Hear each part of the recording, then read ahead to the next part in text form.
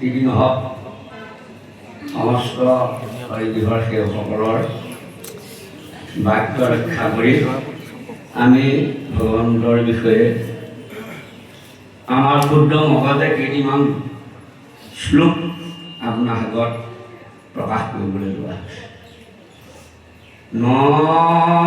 নাদে বিনা জ্ঞানম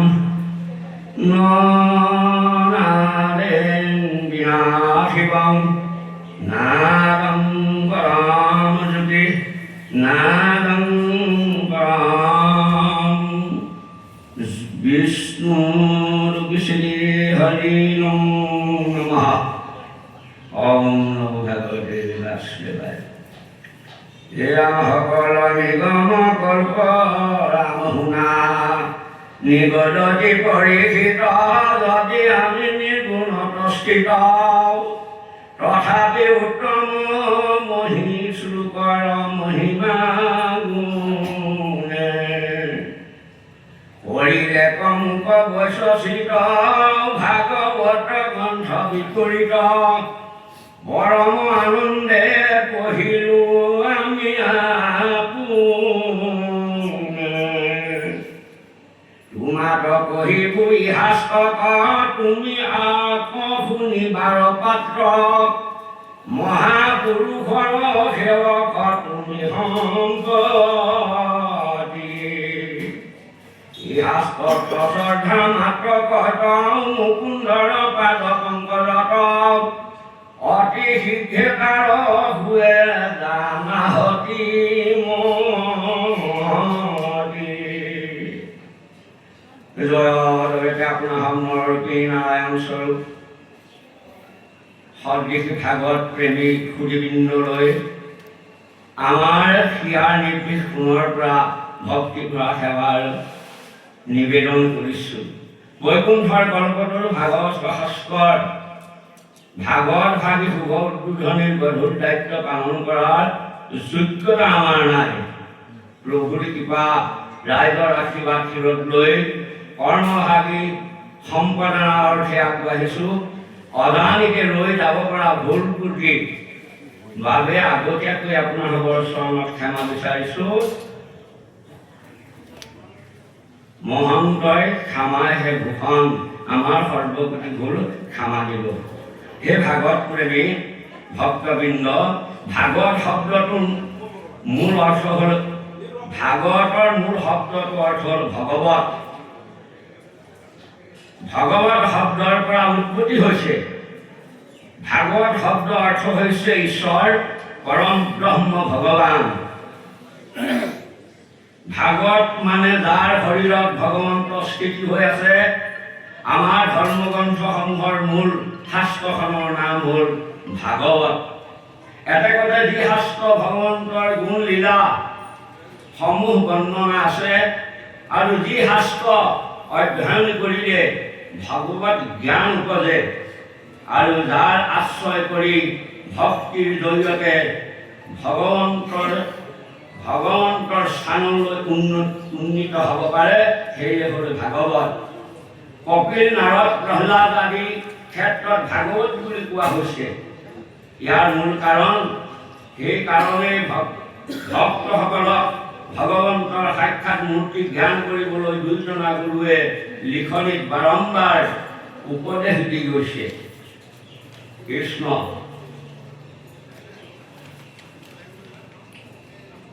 ভাগৱত তত্ত্বৰ কথা সন্নিৱিষ্ট হৈ থকা মুখ্যতম কৃষ্ণ ভক্তিকেন্দ্ৰিক ধৰ্মগ্ৰন্থখনেই ভাগৱত।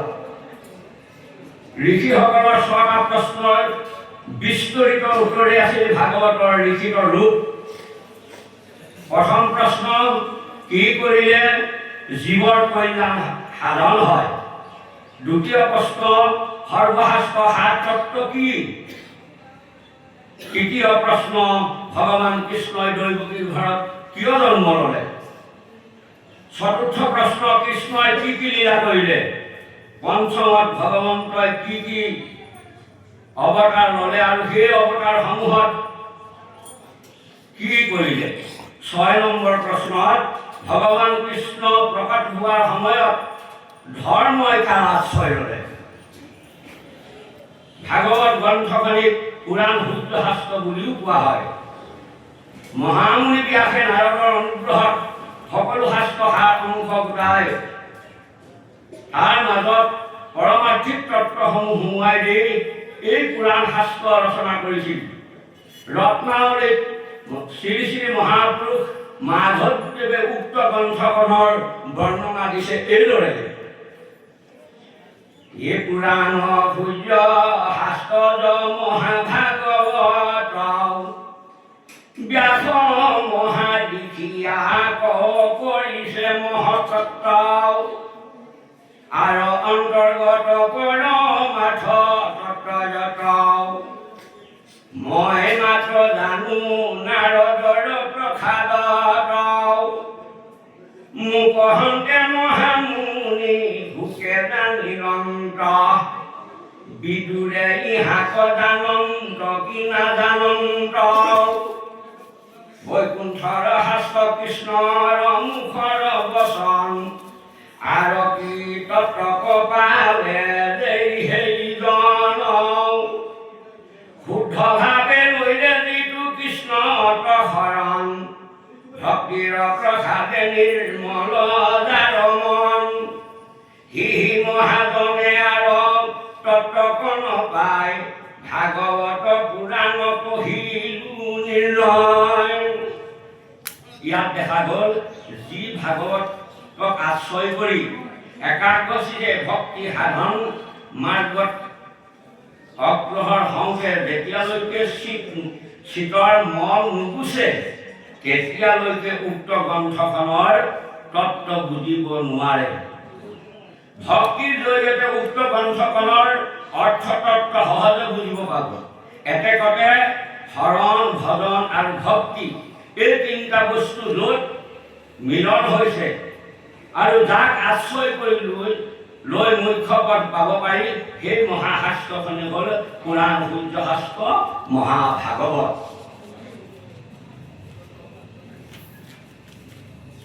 ভাগৱত শাস্ত্ৰৰ আধ্যাত্মিক বিশ্লেষণ কৰি চালে দেখা যায় যে প্ৰত্যেকটো আখৰৰে নিৰ্দিষ্টকৈ একোটা অৰ্থ আছে।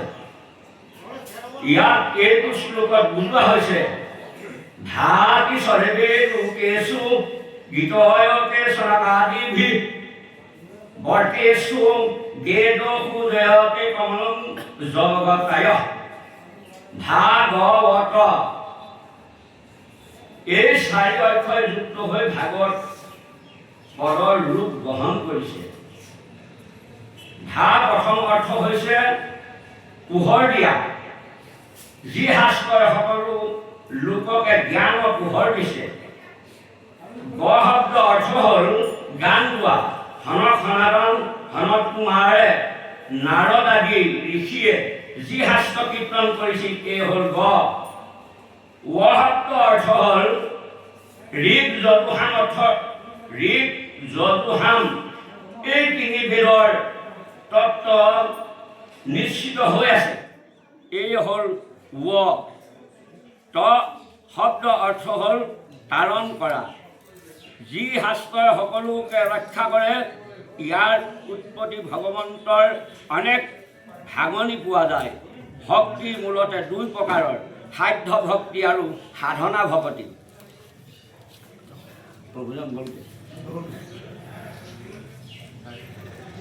বিনা কায়ক ক্লেশে কোনো কৰ্ম আচৰণ নকৰাকৈ ভগৱানক লাভ কৰাটোকেই সাধ্য ভক্তি বুলি কয়।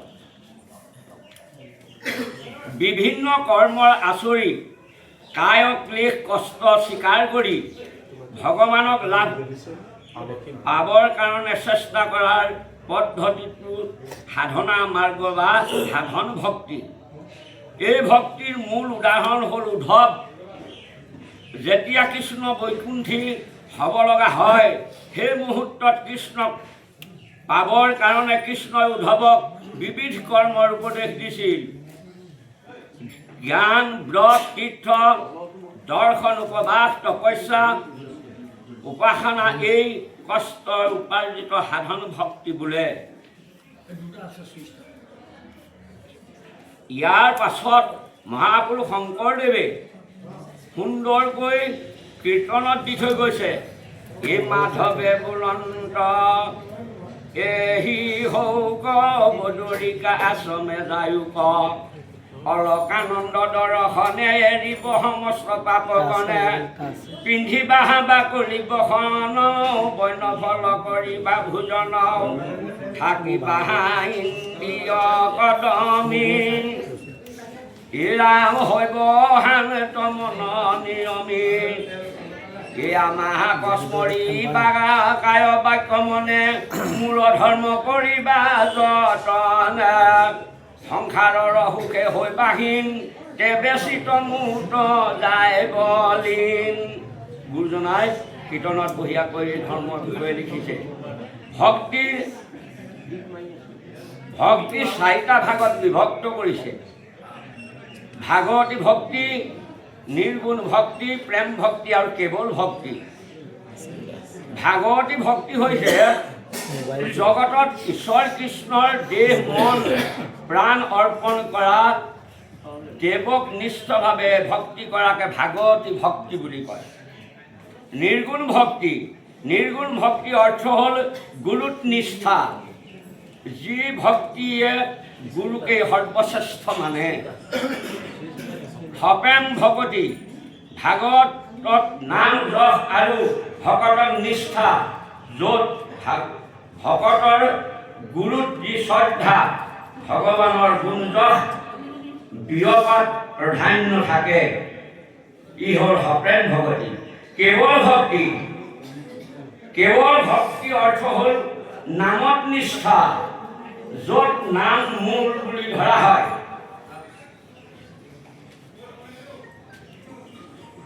আৰু এই নাম য'ত এই নাম হয় তাতে এই চাৰি সম্প্ৰদায় প্ৰকট হয়।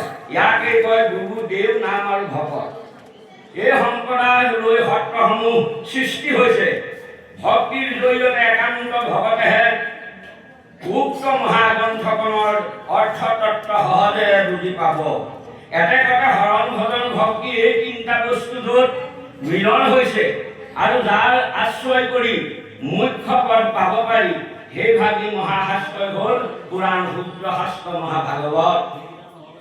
ব্যাসদেৱে এখনকৈ 17খন পুৰাণ ৰচনা কৰিলে। এই 17খন পুৰাণৰ ৰচনা কৰাৰ পাছত তেওঁ মনত শান্তি নাই। শেষত নাৰদৰ পৰামৰ্শত 18 নম্বৰ পুৰাণ অৰ্থাৎ 17খন পুৰাণৰ সাৰ মৰ্ম লৈ মহাসূত্ৰ পুৰাণ, মহাভাগৱত শাস্ত্ৰ ৰচনা কৰিলে। আমাৰ গুৰুজনাই আকৌ মহাভাগৱত শাস্ত্ৰত সাৰ ভাগ ভুৰুকাত হাতী ভৰুৱাৰ দৰে গুণমালা পুথিভাগ ৰচনা কৰিলে। সেয়েহে গুণমালাক শ্ৰদ্ধা কৰি আমাৰ হিৰণ মুকুট নামঘৰৰ সিংহাসনত প্ৰতিষ্ঠাতা হয়। ভগৱানৰ গুণসমূহ যি শাস্ত্ৰত ফুলৰ মালাৰ দৰে গাঠিত হৈ আছে, সেই শাস্ত্ৰখনে হ'ল গুণমালা। গুণমালাৰ গুণসমূহ বহুল ব্যাখ্যা আমি মহাভাগৱতৰ শাস্ত্ৰ অধ্যয়ন কৰিলেহে আমাৰ বোধগম্য হ'ব।